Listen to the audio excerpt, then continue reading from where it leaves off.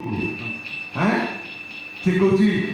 କେତେବେଳେ ଫାଟିବି କେତେବେଳେ ଫାଟିବି କେତେବେଳେ ଫାଟିବି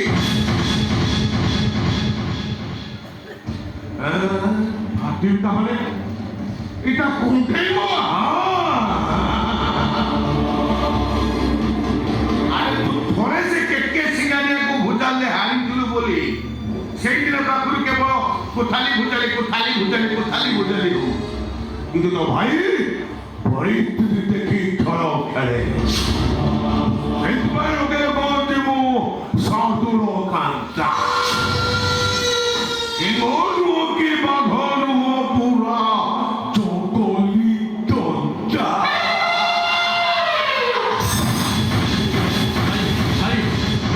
ତାମାନେ ସେ ରଶ୍ମି ଆସିଲେ କଣ୍ଢେଇଟା ସକାଳେ ନାକୁ ଧରିଦେବା ଆଉ କହୁଥିଲା ବେଳେ ଟିପି ଦେବା ସେ ଦି ଜନ୍ତା ଏକା ଥରେ ସଭା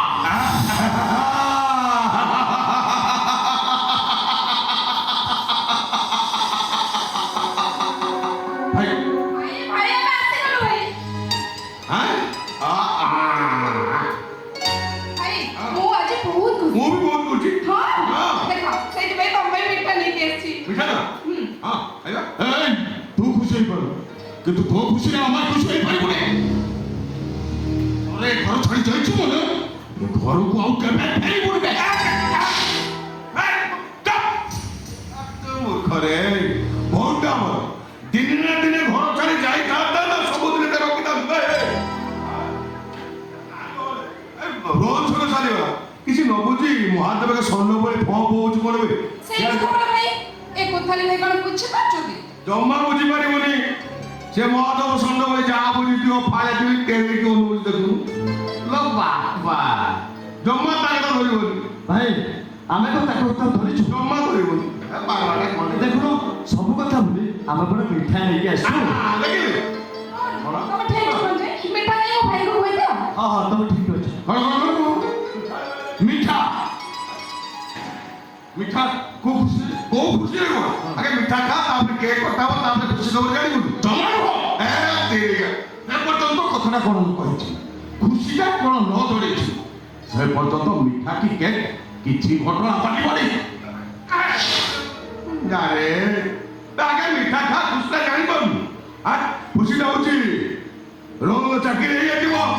ମାନେ ଝିଅ କୋର୍ଟରେ ମ୍ୟାରେଜ କରି ଯାଇଥିବେ ଆଗେ ମିଠା ଖା ରୋଲ ବାବୁ ମିଠା ନେବା ନିଅନ୍ତୁ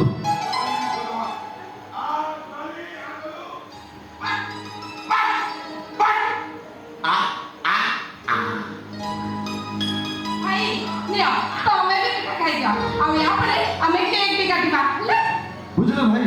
ତମେ ଯୋଉ ଖୁସି କଥା କହୁନ ଏଟା ସେଇ ଖୁସି ନୁହଁ ନା ଆମର କୌଣସି ଚାକିରି ହେଇଛି ନା ଆମେ ଦି ଜଣ କୋର୍ଟରେ ମ୍ୟାରେଜ କରିଛୁ ତାଠୁ ଗୋଟେ ବହୁତ ବଡ଼ ଖୁସି ଖବର ତମ ପାଇଁ ଅଛି ହଁ ଭାଇ ବହୁତ ବଡ଼ ଖୁସି ଖବର ଏ ରୋହନ ସେତେବେଳେ ଖୁସି ଖବର କହୁଛ ଶୀଘ୍ର କହୁନ ଭାଇକୁ ମୁଁ ଗୋଟେ ଭଉଣୀ ହେଇ କେମିତି କହିବି କହିଲ ମତେ ଲାଜ ଲାଗିବନି ଭାଇ ବଡ ଖୁସି ଖବର ଭାଇ ବାହା ନଇ ମୋ ଭଉଣୀକି ବାହା କରିଛି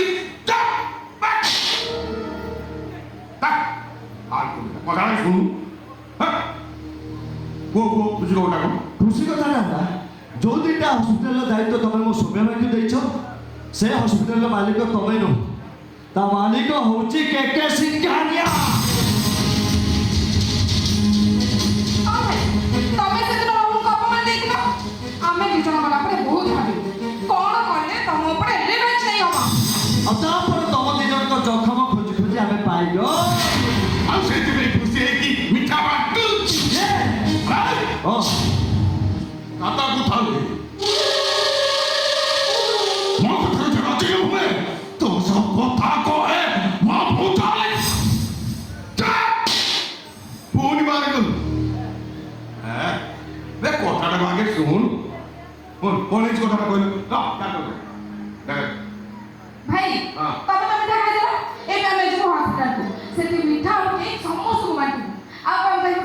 କହିଲ ଏଇଟା ହଉଛି କେକେ ସିଂଘାନିଆଙ୍କ ତରଫରୁ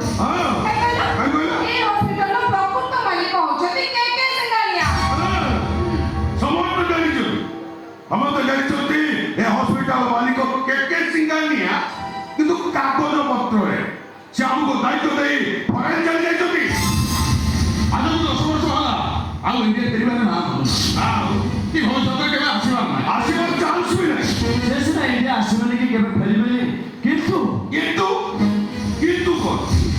ଆମେ ଯଦି ତାଙ୍କ ଠିକଣା ଖୋଜି ଖୋଜି ତାଙ୍କ ପାଖରେ ପହଞ୍ଚି ଗଲୁ